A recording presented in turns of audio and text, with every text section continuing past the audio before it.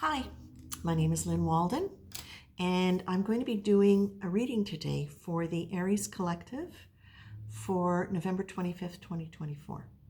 Where am I looking? Here we go. I'm using my Intuitive Insight Oracle cards as a prompter for my psychic, intuitive, and mediumistic abilities. And this is a reading specifically for the Aries Collective. What I've done is my usual, my prayer, my intention, and I've pulled a set of cards and allowed myself to meditate on them a little bit.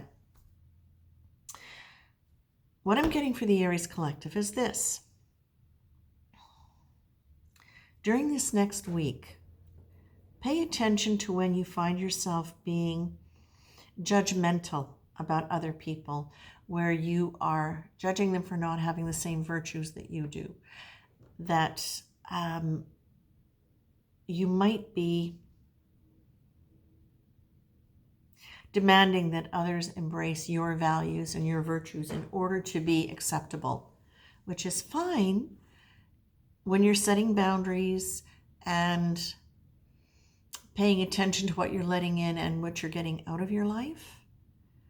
But it's also important to understand when you're judging somebody based on your values without understanding the nature and the quality of their values, that people can have separate values and be worthy and worthwhile, even if they don't mirror yours. So it's asking you to pay attention to that.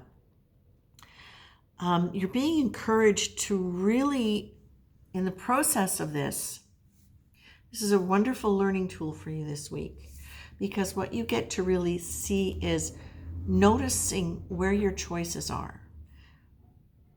Where are you choosing to be high-handed, choosing to be negative, choosing to be critical? And why? Why are you doing that? Is it habit? Is there a real reason for it? What could you choose instead? Can you actually shift your attitude out of that judgment and that negativity into something that is lighter, more open, perhaps more questioning and more curious rather than dogmatic? And that's really the sense that I'm getting with it. You're being asked to really keep a calm focus on things, not to get too, again, that quality of high-handed comes in and like really strict and rigid. Keep a calm focus, but really set the intention that you're going to keep a calm focus, that you're going to pay attention to your choices and your attitudes and what energy that your choices are bringing to you and whether or not you can shift them. And it's actually a really good time for you to be looking into some of the choices that you've made and that you're making based on your childhood. Where can you track back either the experiences you're reacting to or the qualities of reactions that you're having that go back to your childhood situation that wasn't positive? If you look at your childhood for a moment and you say, okay, if I'd had my ideal childhood, how might I be different?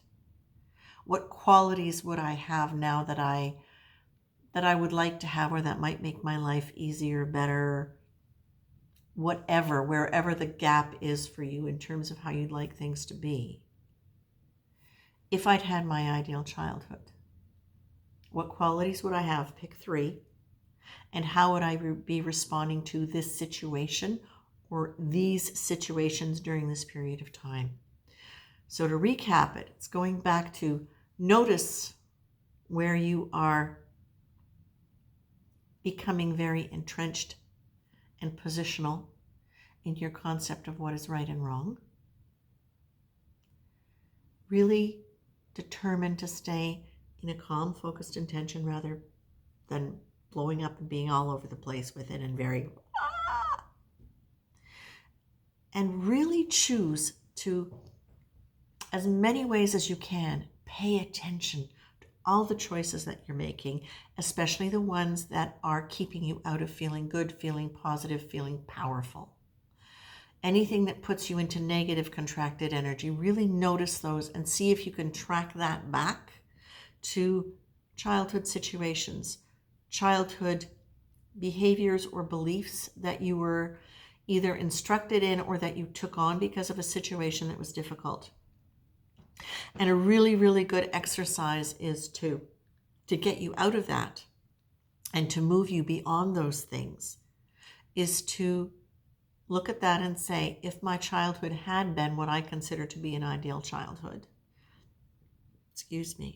what might qualities be that I would have now that I don't have?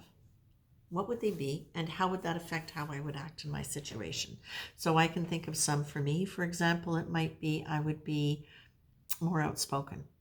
It would be easier for me to set boundaries earlier on. Those are two that I can think of that have been an effort for me earlier on in my life. And I'm just going to add to that because now I'm feeling like that's really coming in.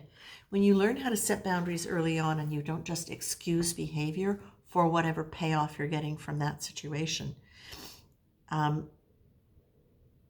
what you can do is actually prevent a situation where you get pushed to the wall so much that you actually blow up, or set it in a way that is less kind. And it's also during those periods of time when you don't set boundaries. And so because this is coming up, and I'm just going to look at this again a little bit, I'm looking at this saying, where have you not set boundaries in your life? Oh yeah, here we go. Where have you not set boundaries in your life that now are causing you to feel as though you need to set them, and you need to set them in a harsh way or a rejecting way, or a way where I often find if I haven't set boundaries and I let people in, then what happens is I do end up building up a judgment against that behavior instead of just saying no to it in the first place. Tricky stuff. Okay.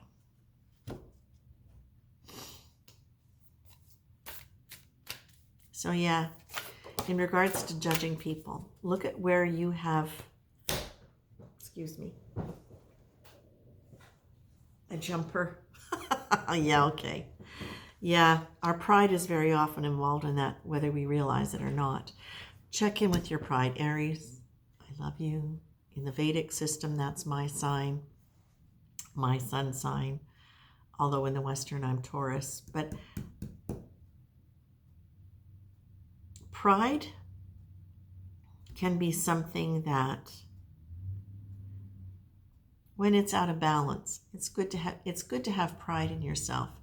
But when pride can blind you to other people's qualities, or pride can blind you to whatever the truth of the situation is, because you're just so locked into your personality that you can't see the big picture. And we all go there. I mean, pride is very often a defense against feeling vulnerable in some way.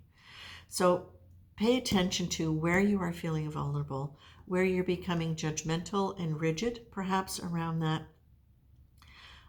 Look at where you feel as though you're being disrespected, because very often that sense of pride and rigidity comes in when we feel as though we are not being respected, where we feel as though our boundaries are being crossed.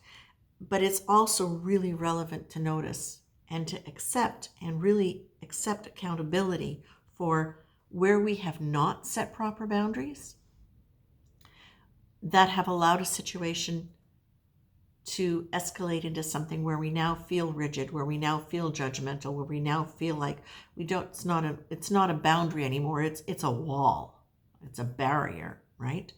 What you want to do is check into that. Notice that. Stay calm in the process of this. This is not about blaming yourself either. This is about taking accountability. Noticing in your current situations where you are choosing a response that is not loving, that is not kind, that is not calm, that is not supportive of seeing the big picture. Look at your background, your childhood, where some of these behaviors may have come from. Look at the qualities that you could have had you had your ideal childhood. How might that affect your situation? And the last card that you get is on vacation. Imagine whatever the situation is that you're looking at, if you were looking at it for the first time.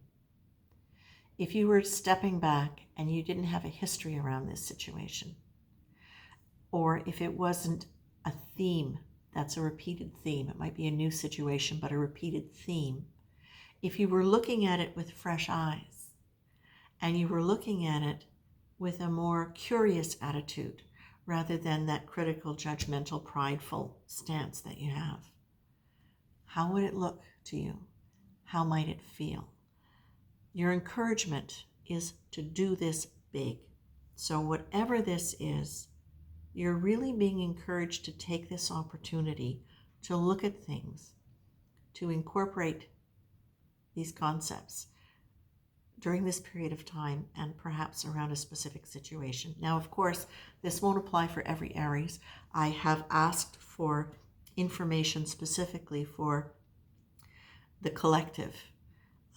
And of course, within that, there's an entire range because nobody's just one sign. We're all such a schmozzle of many of them.